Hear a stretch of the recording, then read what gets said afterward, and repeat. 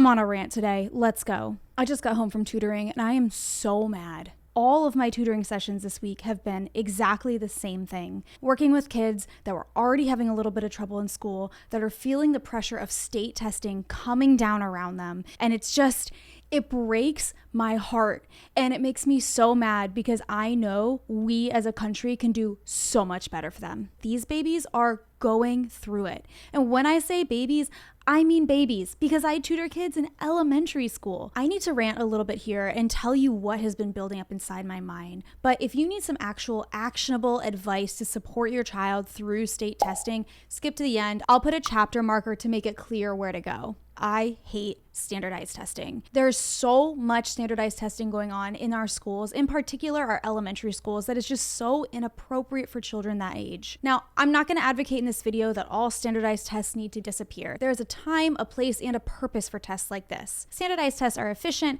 The data from them helps us track basic information in all kinds of ways. But it's gotten so excessive that the meaning of it has been lost. We're essentially just testing for the sake of testing. In my first year teaching, I taught 5th grade, and after that year, I knew I never wanted to teach in a testing grade again. That's going to be 3rd grade and up, where they're asked to take a standardized state test. I taught in a school where many of my students were performing below grade level, and the district was leaning in to support these students. But the support came in the form of extra testing. They had state test prep, quarterly assessments, bi-weekly quizzes and tests, and then a special test that some companies sold the district for low-performing schools that was given several times a year as well. With each test, the kids were punished with a full day of testing, and then I had tons of extra meetings to reflect on the data we got from these tests. All I did that year was give tests, grade, reflect, and repeat. Notice that the word teach is not in that list. I remember at one point being so frustrated I hadn't been able to finish teaching a math unit because the testing had interrupted so much of it. It completely defeated the point of testing, and I felt like my students would never improve on these tests because I didn't have time to teach them. And for the kids, well, they were kids. They were 10-year-olds who were supposed to be enjoying their final year of elementary school. My students were performing below grade level and they knew it, but their low performance was not their fault. It was a failure of so many systems. Before I dive into this though, if you're a former student of mine watching this, I want you to know I see you very much as an individual and you are not a statistic. You are capable and you are incredible, and wherever you are today, I want you to know how proud I am of you, the way I was proud of you when you were in 5th grade. I meant what I said about find me and email me. I'm always going to be rooting for you, and I want to hear from you. Okay, though.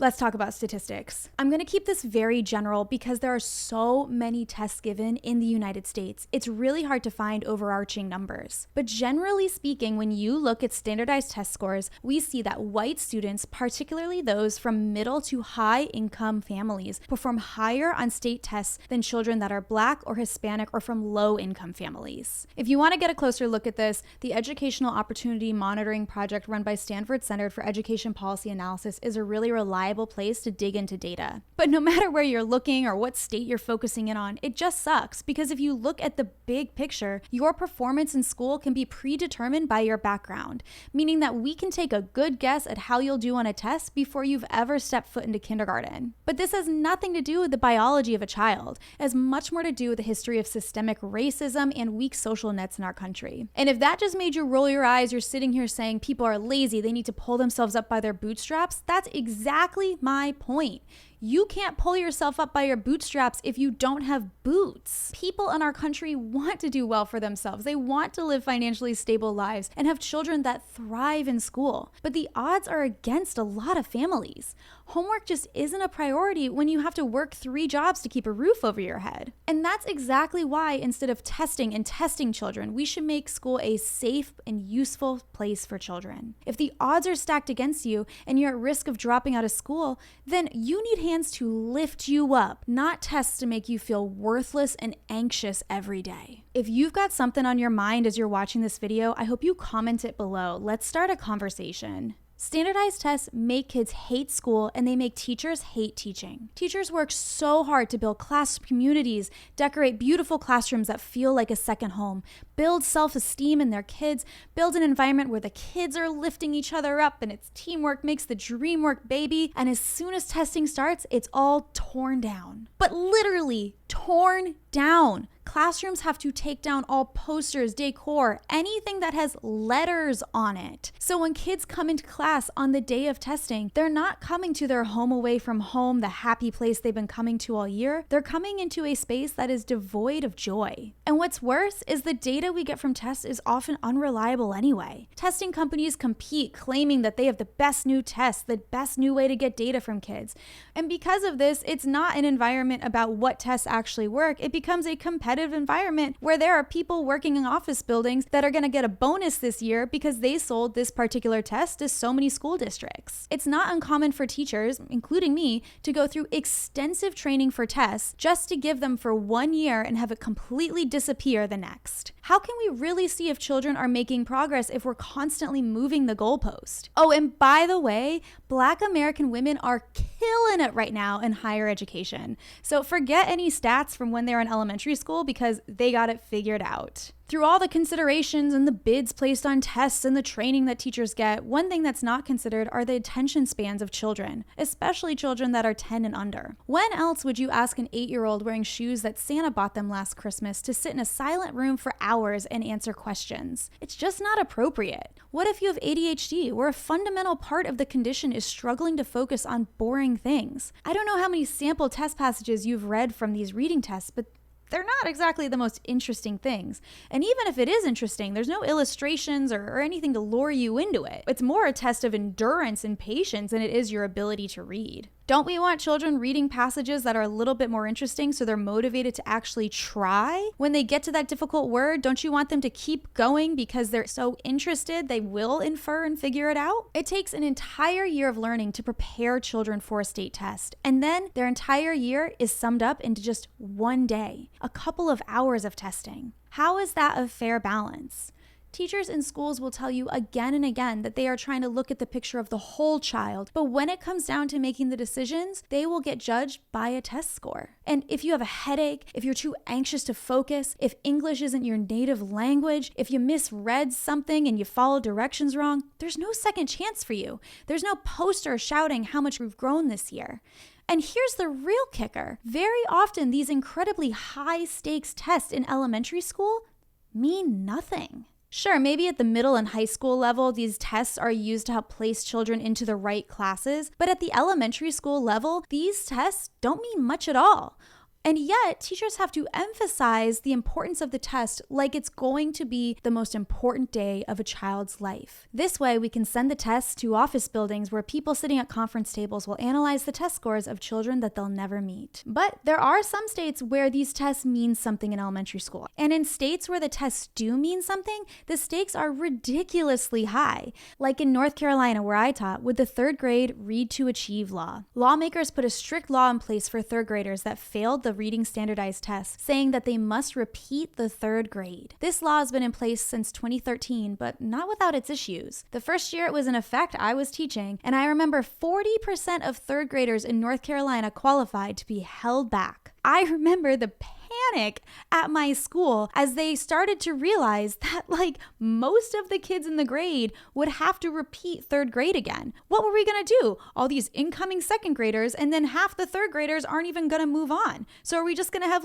15 3rd grade teachers? But after all that panic and all the figuring out and all the meetings with terrified, upset parents, in the end, most of them moved on to 4th grade anyway. They've since added a ton of loopholes to the law, but every year parents of 3rd graders that score low on pre-tests are harassed all year long, being warned that their child might repeat the 3rd grade. It creates this really high pressure environment, and I guarantee you, if your child is already struggling in school, getting told on a daily basis that they might have to repeat the 3rd grade is not going to help anything. It's just going to make them hate school and become cynical at a young age. You can't scare kids into learning how to read. I'm ranting about this, but it's because I know we can hold our children to high expectations, understand trends in student performance, and lift children up to love school and succeed in a better way than this. And yet every year, headlines are filled with the stress of state testing, the controversies of state testing, teachers who have been arrested for messing with the state test. It's just a mess out here. Instead of what we have right now, let's test kids as necessary and use more observational testing.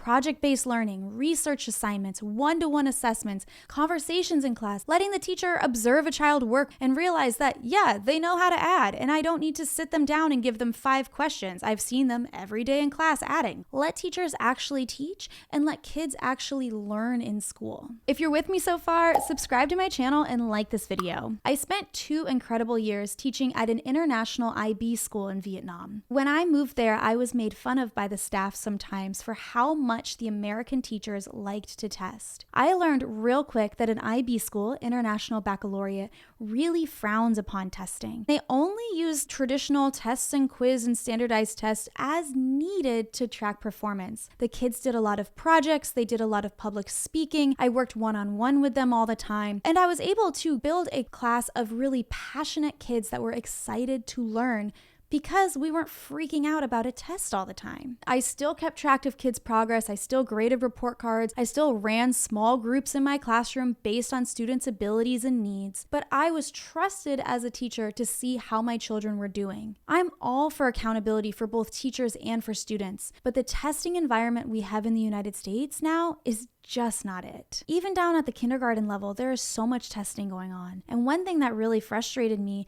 was very often I knew that a child could do something, but I would still have to give them the test, sometimes multiple times, to prove that they could do it and still do it.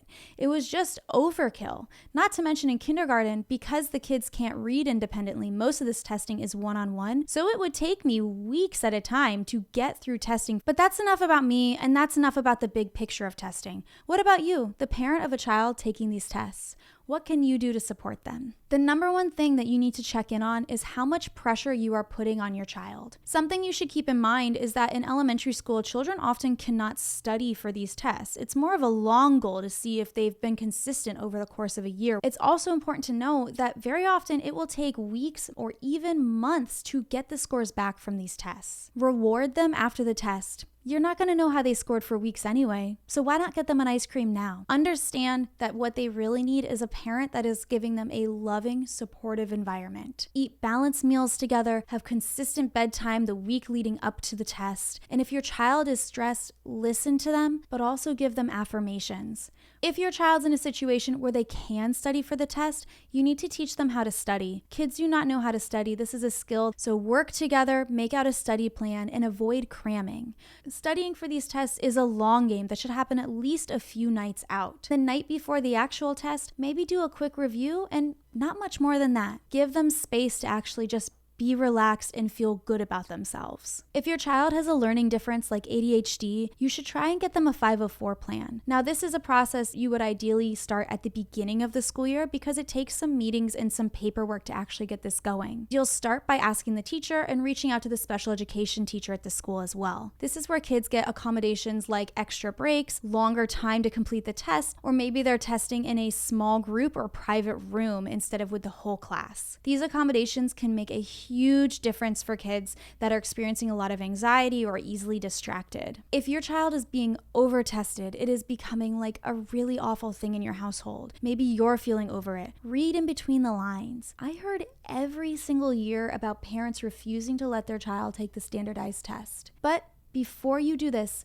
remember that you have to follow the rules to play the game. So if you are hoping your child would get into the gifted program next year or be selected for a special class, they typically will need test scores to be admitted. So walk with caution in this area. Another option here, though, is to pull your child out of public school. Private schools often have far less testing. I didn't say no testing, but typically much, much less than what you'll see in the public school environment. Homeschooling might even be on the table too. If your child's teacher is consistently threatening the class that they may need to repeat the grade level, I think you can reach out gently and let them know that your child is stressed. Say something like this in the email. Sharing anecdotes like this can help the teacher reflect on the message they are sending. Now, it might not be the best received, but it's your job to advocate for your child. You don't want them to go to school and feel scared every day. And if the teacher can just simply stop saying something or give your child a little bit of reassurance, that's going to make a world of difference. And remember, your child is one of millions going through testing. It can feel feel like all the pressure is on them, but this is a rite of passage for children in America and across the world. There is a place for your child in this world no matter how they score. Your child has parents that love them and are going to meet them where they are at. We have this idea that children are set on a path from a young age, but very few people I know are living the life that they pictured for themselves as a child. We are dynamic, interesting, evolving people, and life will continue to move forward for your child no matter how they score on this test. So let's help them see the light on the other side of this experience and keep moving forward. Before we close out, here are a couple things that subscribers said about their experience with testing.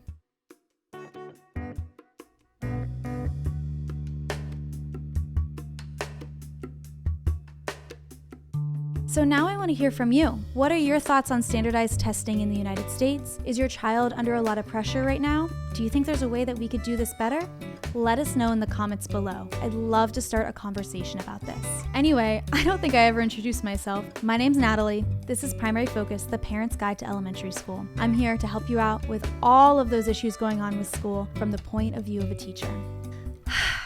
I'm feeling a little bit better now that I got this rant out. Thanks for watching Primary Focus. My name's Natalie. I'll see you next time. Hey, wait a second. Before you go, check out my interview with ADHD dude Ryan. If you are wondering more about 504 plans and what to do to accommodate children in school with ADHD, this is the interview for you. I've also got a playlist here with some great ways to support your kids in school. I hope you subscribe and keep watching.